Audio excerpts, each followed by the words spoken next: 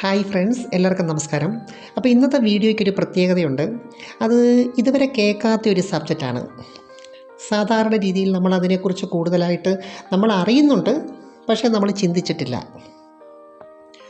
എന്ന് വെച്ചാൽ, പ്രായം കൂടുന്തോറും ചില സ്ത്രീ പുരുഷന്മാർക്ക് അവരുടെ വികാരം കൂടിക്കൂടി വരുന്നതായിട്ട് നമുക്ക് കാണാൻ പറ്റും. സാധാരണ ഒരു 80% ആൾക്കാരിൽ സംഭവിക്കുന്നത് നേരെ തിരിച്ചാണ്. എന്ന് വെച്ചാൽ കൂടുതൽ ആൾക്കാരിലും ഒരു സ്റ്റേജ് കഴിഞ്ഞാൽ പിന്നെ വികാരത്തിൻ്റെ അളവ് കുറഞ്ഞു വരുന്നതായിട്ടാണ് കാണുന്നത്. അതുവരെ ഇങ്ങനെ കൂടി വരും. അപ്പോൾ എനിക്ക് പരിചയമുള്ള ഒരു ആൻറ്റിയുണ്ട്. അവർ ഈ ഒരു ടൈപ്പാണ്. അപ്പോൾ എപ്പോൾ കണ്ടാലും അവരുടെ ആ വികാരത്തിൻ്റെ ആ ഫ്രീക്വൻസി നമുക്ക് ബോധ്യപ്പെടും. ആ രീതിയിലാണ് അവരുടെ ബോഡി ലാംഗ്വേജും അവരുടെ ആ ഒരു റെസ്പോൺസും അവരുടെ പെരുമാറ്റവും എല്ലാം തന്നെ. അതിനു മുമ്പ് എൻ്റെ ഈ ചാനൽ ആദ്യമായിട്ട് കാണുന്നെങ്കിൽ ഒന്ന് സബ്സ്ക്രൈബ് ചെയ്യണം, ലൈക്ക് ചെയ്യണം, കൂട്ടുകാർക്ക് ഷെയർ ചെയ്യണം കേട്ടോ. അപ്പോൾ ഇവരെ കാണാനൊക്കെ നല്ല പേഴ്സണാലിറ്റിയാണ്, ആര് കണ്ടാലും ഒന്ന് നോക്കും. അതുകൊണ്ട് തന്നെ ഇവരെല്ലാവരുമായിട്ടും വലിയ അടുപ്പം സൂക്ഷിക്കത്തില്ല. എല്ലാവരെയും പുള്ളിക്കാരി മൈൻഡ് ചെയ്യത്തില്ലെങ്കിലും ചില ആൾക്കാരെ പുള്ളിക്കാരി ശ്രദ്ധിക്കും. ഇപ്പം നിലവിലൊരു 3 ലൈനുണ്ട് പുള്ളിക്കാരിക്ക്. പക്ഷേ ഈ 3 പേർക്കും പരസ്പരം അങ്ങോട്ടും ഇങ്ങോട്ടും അറിയില്ല ഈ ലൈനുള്ള കാര്യം. അവർ വിചാരിക്കുന്നത് ആൻറ്റിക്ക് അവരോട് മാത്രമേ അടുപ്പമുള്ളൂ എന്നുള്ളതാണ്. അപ്പോൾ ഈ ആൻറ്റിയെ സംബന്ധിച്ച് ആൻറ്റിയുടെ ഹസ്ബൻഡിന് കുറച്ച് അസുഖമൊക്കെ ഉള്ളൊരു കക്ഷിയാണ്. അതുകൊണ്ട് തന്നെ ബന്ധപ്പെടാനുള്ളൊരു സാഹചര്യമില്ല. അപ്പോൾ ഉള്ളിൽ കാമവികാരമുള്ള ഒരാളാണെങ്കിൽ അതിനൊരു ഓൾട്ടർനേഷൻ അവർ കണ്ടെത്തും. അത് എല്ലാവരും അങ്ങനെ. ചിലവർക്ക് അതിനുള്ള കഴിവ് കൂടുതലായിട്ടുണ്ട്, എന്നാൽ ചിലവർക്ക് അതിനുള്ള കഴിവില്ലാത്തവരും സാഹചര്യമില്ലാത്തവരും ഉണ്ട്. അപ്പോൾ ഈ ആൻറ്റിക്കൊരു പ്രത്യേകതയുണ്ട്. 10 മിനിറ്റ് അവർ ഒരാളുമായിട്ട് സംസാരിച്ചാൽ മനസ്സിലാക്കാൻ പറ്റും ഈ ആൾ അവർക്ക് ഫിറ്റാണോ അല്ലയോ എന്നുള്ളത്. സുരക്ഷിതമായിട്ടുള്ള ഒരു ലൈംഗിക ആസ്വാദനമുണ്ടല്ലോ, അതാണ് ആൻറ്റിയുടെ രീതി. അതുകൊണ്ട് തന്നെ ഒരാളെ തിരഞ്ഞെടുക്കുമ്പോൾ അവർ വളരെ കെയർ ചെയ്യും. അപ്പോൾ ഇവരെ കണ്ടാൽ തന്നെ ഏത് പുരുഷനും ഒന്ന് ചെയ്യാൻ തോന്നും. അതുപോലുള്ളൊരു സ്ട്രക്ചറുണ്ട്. പക്ഷേ ഇതിനകത്തുള്ളൊരു ട്വിസ്റ്റ് എന്താണെന്ന് വെച്ചാൽ, ഈ ആൻറ്റിയെ എനിക്കറിയാം, ഞാൻ കണ്ടിട്ടുണ്ട്, പരിചയമുണ്ട്. എന്നാൽ പോലും ഈ ഒരു കഥ എന്നോട് പറഞ്ഞത് ആൻറ്റിയെ ചെയ്ത ഒരാളാണ്. അപ്പോൾ ഈ യുവാവ് ഇവരെക്കുറിച്ച് കുറേ കാര്യങ്ങളൊക്കെ എന്നോട് പറഞ്ഞു ഓപ്പണായിട്ട്. എന്ന് വെച്ചാൽ ഇവർക്കൊരു പ്രത്യേക രീതിയാണ് എല്ലാത്തിനും. അവരുടെ പ്രായത്തേക്കാൾ കവിഞ്ഞുള്ള ഒരാസക്തിയാണ് ആ സമയത്ത് അവർ കാണിക്കുന്നത്. അപ്പോൾ ഇവരുടെ ഈ മാരണങ്ങളെക്കുറിച്ചൊക്കെ ഇവൻ പറയുന്നത് കേട്ടാൽ നമുക്കൊരു പ്രത്യേകത തോന്നും. അപ്പോൾ 2 മുലകൾക്ക് നല്ല ഷേപ്പും വലിപ്പവും ഉണ്ട്. പക്ഷേ ഇവരുടെ ആ ഏരിയോല ഉണ്ടല്ലോ, ആ ഏരിയോല ഭാഗത്തിനൊരു പ്രത്യേക കളറാണ്. അപ്പോൾ ശരീരത്തിൽ നല്ല നിറമാണെങ്കിലും ആ നിപ്പിൾസിൻ്റെ ഭാഗത്ത് ബ്ലാക്കും ബ്രൗണും റെഡും എല്ലാം കൂടെ ചേർന്നൊരു കളറുണ്ടല്ലോ, അതാണ്. അപ്പോൾ സ്വാഭാവികമായിട്ടും പുരുഷൻ ഇത് കുടിക്കുമല്ലോ. പക്ഷേ അവർക്ക് കുടിച്ചാൽ പോരാ, ഇതിനകത്ത് കടിക്കണം. അതിനകത്ത് തന്നെ ഇങ്ങനെ മാറി മാറി കടിക്കാൻ പറയും 2 എണ്ണത്തിലും. അപ്പോൾ കാലാകാലങ്ങളിൽ സ്ഥിരമായിട്ട് ഇത് ചെയ്യുമ്പോൾ സ്വാഭാവികമായിട്ട് അതിൻ്റെ സെൻസിറ്റിവിറ്റി കുറയുമല്ലോ. സ്ഥിരമായിട്ട് ചെയ്യുന്നവരെ സംബന്ധിച്ച് ആ ഭാഗം കുറച്ച് ഹാർഡാവും. അപ്പോൾ പിന്നീട് അവർക്ക് സ്റ്റിമുലേഷൻ കിട്ടണമെങ്കിൽ കുറച്ച് ഹാർഡായിട്ട് ചെയ്യണം. യഥാർത്ഥത്തിൽ ഒരു സ്ത്രീയെ സംബന്ധിച്ച് ഏറ്റവും കൂടുതൽ ആത്മവിശ്വാസം കൊടുക്കുന്ന ഭാഗമാണ് അവരുടെ മാറിടങ്ങൾ. യഥാർത്ഥത്തിൽ ഷേപ്പുള്ള മാറിടങ്ങളോട് പുരുഷനൊരു വല്ലാത്ത ആസക്തിയാണ്. അതിനകത്ത് പിടിക്കുമ്പം തന്നെ അവന് പൊങ്ങി വരും. അപ്പോൾ ഏത് സ്ത്രീക്കും അവരുടെ പങ്കാളി ഇതിനകത്ത് പിടിക്കുകയും എടുക്കുകയൊക്കെ ചെയ്യുമ്പം അതിങ്ങനെ പൊങ്ങി വരുന്നത് കാണുന്നത് സ്ത്രീകൾക്കൊരു പ്രത്യേക സന്തോഷവും അഭിമാനവും ഒക്കെ തോന്നും. അവരോടുള്ള ഒരു ഇഷ്ടവും ആകർഷണവും ഒക്കെയാണ് അത് സൂചിപ്പിക്കുന്നത്. ഈ ആൻറ്റിയുടെ ഒരു വലിയ പ്ലസ് പോയിൻ്റ് ആ മാറിടങ്ങൾ. ആര് കണ്ടാലും അതിനകത്തോട്ടൊന്ന് നോക്കും. അതുകൊണ്ട് തന്നെ അതിൻ്റെ ഭംഗി കൂട്ടാനായിട്ട് അവർ പ്രത്യേക കെയറിങ് കൊടുക്കുന്നുണ്ട്. പ്രത്യേക രീതിയിലുള്ള മസാജ് ചെയ്യും. അതുപോലെ അവർ തന്നെ അതെടുത്ത് വായിലോട്ട് വെച്ച് കുടിപ്പിക്കും. ഈ സമയത്തൊക്കെ ഉൽപ്പാദിപ്പിക്കുന്ന ഹോർമോണുകളും അതിൻ്റെ ഭംഗി കൂട്ടുന്നുണ്ട്. അപ്പോൾ ഇതിനകത്തുള്ളൊരു പ്രത്യേകത എന്താണെന്ന് വെച്ചാൽ, ലൈഫിൽ നല്ല പോസിറ്റീവ് മൈൻഡ് സെറ്റ് ഉള്ളവർക്ക് മാത്രമേ നല്ല ലൈംഗികത ആസ്വദിക്കാൻ കഴിയൂ. അപ്പോൾ അവർക്ക് അവരുടെ മുമ്പിൽ വരുന്ന ആളിനെ തിരഞ്ഞെടുക്കാനും അവർക്ക് കഴിയും. ആരെ തിരഞ്ഞെടുക്കണം, അത് വളരെ പ്രധാനപ്പെട്ടൊരു കാര്യമാണ്.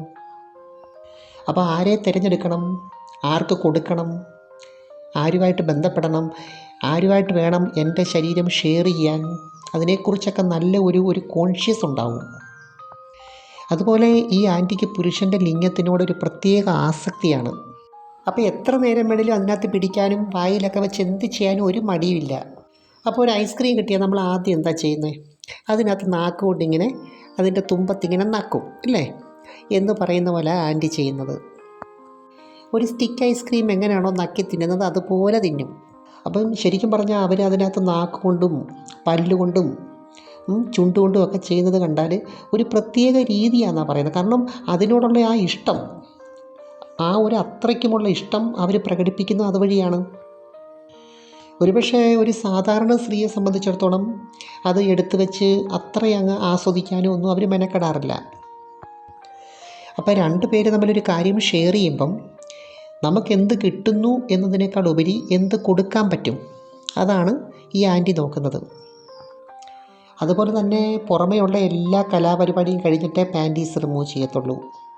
ഇത് ഊരി കഴിഞ്ഞാൽ പിന്നെ അവർക്ക് വേറൊരു കാര്യം ചെയ്യണം.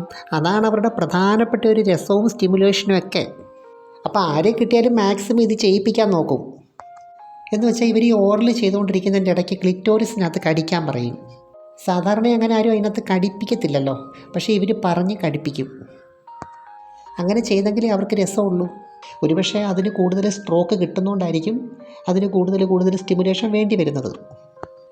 പക്ഷേ എന്നാലും അവർക്കത് നന്നായിട്ട് ആസ്വദിക്കാൻ കഴിയുന്നുണ്ട്. എന്ന് വെച്ചാൽ ഒരു ചെറുതായിട്ടുള്ളൊരു വേദനയോടുകൂടിയുള്ള സെക്സ് ഇഷ്ടപ്പെടുന്ന ചില ആൾക്കാരുണ്ട്. ഈ സുഖകരമായ നൊമ്പരം എന്നൊക്കെ പറയില്ലേ, ആ സമയത്ത് അതാണ് ഫീൽ ചെയ്യുന്നത്. ചിലർക്കാണ് ഇത് ചെയ്യുമ്പോൾ ഈ ബട്ടക്സിൻ്റെ ഭാഗത്ത് ചെറുതായിട്ട് ഇങ്ങനെ അടിച്ചിട്ട് വേദനിപ്പിക്കുന്ന ഇഷ്ടമാണ്. ഒരു പുരുഷനെ സംബന്ധിച്ച് അവൻ്റെ ലൈംഗികത ഉണർത്തുന്ന പ്രധാന ഭാഗം ലിംഗമാണ്. എന്നാൽ സ്ത്രീകളെ സംബന്ധിച്ച് ശരീരത്തിൻ്റെ എല്ലാ ഭാഗങ്ങളിലും ഒരു പ്രത്യേക സ്റ്റിമുലേഷൻ എഫക്റ്റ് ഉണ്ട്.